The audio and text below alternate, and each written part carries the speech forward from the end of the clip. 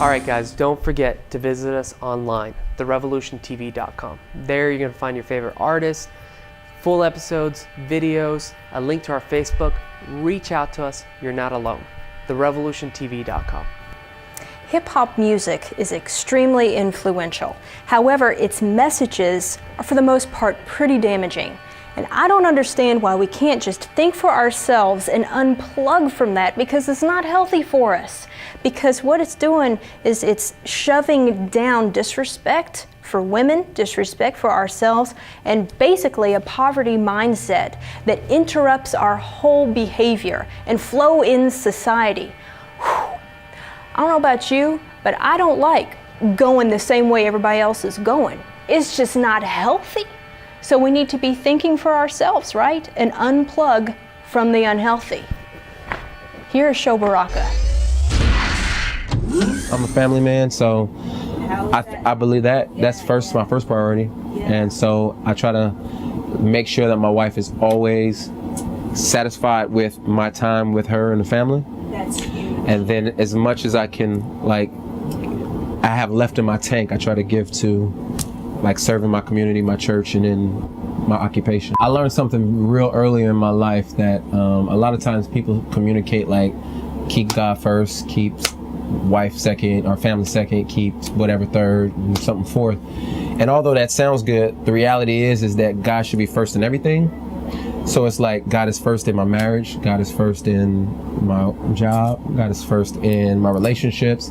And so when you look at it like that, it's not so much that I have to give God his time, and then I give my wife her time, and then I give my job, then I gotta serve the community somehow. And it's more so like when I'm spending time with my wife, how am I using this time to not only to enjoy her enjoy me, my kids, but for the Lord to just wash over this moment. You know what I mean? And how am I pleasing the Lord, serving the Lord in this moment and in this time? Then when I go to my occupation, it's not that Jesus has his time. It's like, man, how am I using this job for the glory of the Lord? And how am I worshiping with my hands and my feet and my words? And same thing, my community, how is God getting the glory in my community? And so when you think like that, it's like you don't feel the onus to have to compartmentalize everything. It's like, man, God, wherever my feet go, God is priority over that. And I'm praying, Lord, help me to manage and be a good steward over what you give me. And then communicating, like there's a book that talks about, I think it's by Andy Stanley. It's called, it is by Andy Stanley, but I think it's called, it's about cheating work or something like that. And it talks about how if you have to cheat something, cheat your job. Don't cheat your family. You know what I mean? And so when you have time and when you have to give time to something, make sure that if something's got to lose a piece of you, let it be the thing like that's not that important, like a job or something. You know what I'm saying? Did you just look at your husband? Yeah. Did you just look at? Was that like one of them? I did. Like, are you listening? Look. Because you also have to feed your family. You also want to be excellent at everything you do. So when I am submitting myself to whatever it is, like I want to make sure that I'm giving it on my all. I want to do as unto the Lord. Women allow them to do it. As long as you allow somebody to do something, they're gonna do it. Preach to the ladies. Yeah, I feel like first women have to understand that in Genesis, God created women in his image. And that you are created for more than just to be an object of someone's lust. You know what I mean? Or just to be a trophy that a gentleman says, this is my dime piece, this is me, this is how I get down. You know what I mean? That God has created you to be a nurturer. God has created you to be a wonderful help. God has created you to be a leader, a teacher, a mother. Like, come on, that's like the greatest responsibility this world can ever. Yeah, like we have a responsibility to raise that child, but she obviously has a special connection because it's in her, you know what I mean? And so she's birthed, and so it's like, how do we get women to realize that the end all be all is not just to be seen as a beautiful object, because women are beautiful, like beautiful creatures, beautiful thing, but you're more than just eye candy, you know what I mean? And so as long as you allow, like I'm even walking out here and at the Igloo Festival, and I just see some girls who are dressed in a certain way that I think like you're craving attention. You know what I mean?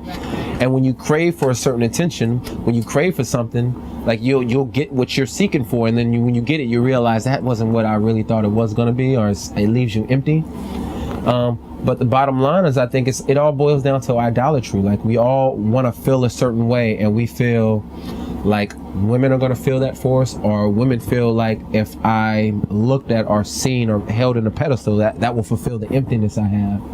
Or if enough men tell me I'm beautiful and I'm gorgeous, then I will feel like I'm special. And that's not good enough, because you'll have many men tell you certain things, but the reality is you still will have that God-filled void, because only God has designed it for him. God has designed it so that he can fill that. You know what I mean? If you really do the history of hip hop is a poverty music. It comes from it's a social movement that communicates the struggle of people who came from oppression, people who come from struggle, people who come from poverty. And when you have these kind of mentalities, usually you're compensating for what you don't have or what you never grew up with. So you didn't really have money. You never had a voice, you know what I mean? You never really had gorgeous women around you. You never had nice clothes, and you never really had prestige.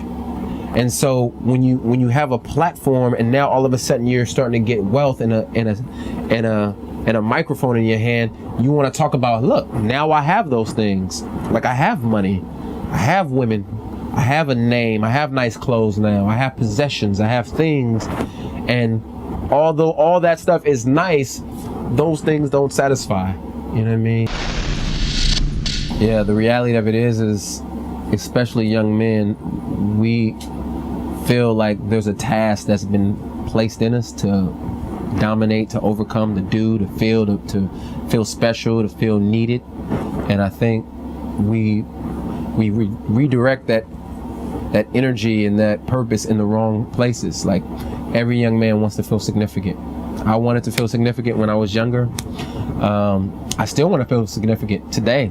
But when I was young, the things that I did to try to fulfill those things, those needs and those desires for significance, was drugs, it was women, it was sports, it was status, it was popularity. And when I realized that drugs wasn't going to satisfy me, I realized all the sex in the world wasn't going to satisfy me, I realized that all the sports in the world are going to end one day, I realized that status will come and go. I said, man, there has to be more to this life than me wanting to feel significant in those things. As I got older, I became a Christian. I realized, like, man, those things are possibly good. The status and the having sex in its proper context, and sports, obviously not drugs. But the reality is that I had to come to a point where I said, man, those things are going to be used for the glory of something. Like, it's either going to push me down a path of destruction, or it's going to be used properly for the glory of someone. And I realized, man, it had to be for the glory of God. And so what I would say to these young men and to you guys out there is that, like, realize that you're searching for significance, and the only individual, the only person who's going to fulfill that goal or that need and that desire that you have to feel significance is Jesus. He gives us a purpose. He created us in his image. He said that we were a good creation, but we ruined it with our own selfishness. But he has his son Jesus sitting there saying, hey, accept me, trust me, believe me, and I can restore the relationship that you and I had again when you were created in my image. And you now will have the significance that you need. So when you do have a job and you lose it, you know what? It's not the end of the world, because you know your significance is not in that job, it's in the Lord. When you have a girlfriend or a wife or any kind of relationship, and that relationship falls apart, it's not the end of the world, because you recognize your significance is in the Lord. When you have status and that status is stripped from you, you realize that your significance is not in that status, your significance is in the Lord. And so I would say we're all looking for something, and I would pray that you would just look for the Lord, and you would just trust and believe in him. And he won't make all things perfect, but he will make you new, and he does give eternity. So we have all been deceived by the messages in today's music and entertainment. And you guys, I really want to think that we are all smart enough to think for ourselves. to deduct that the messages in today's entertainment world that's feeding us in our society are actually damaging, and they're not true. For example, Sho Baraka was talking about the mentality of poverty earlier.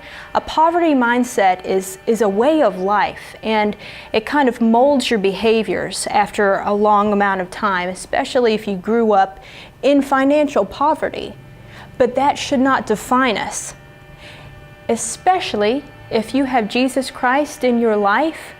You are supposed to be loving everyone, accepting them. It's not all about self-serving your needs and I gotta get me some or get me mine or whatever. It is all about loving the Lord, letting Him love on us in the fullness and the completeness that we really are.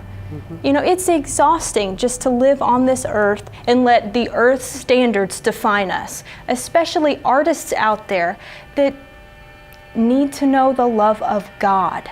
The society would completely change. We would finally be at peace. That's right. You know, today we see so many people on TV and in the media, and let me tell you, we've met a lot of them, and some of them are the most insecure people you've ever met. They're not living in peace. They have no peace. And that's because they don't know the love of a real Father. They don't know the love of a true God that wants to be in their life. Knowing that whatever they do, whatever failures, whatever ups or downs, God still loves them. And all that starts with having a real relationship with God.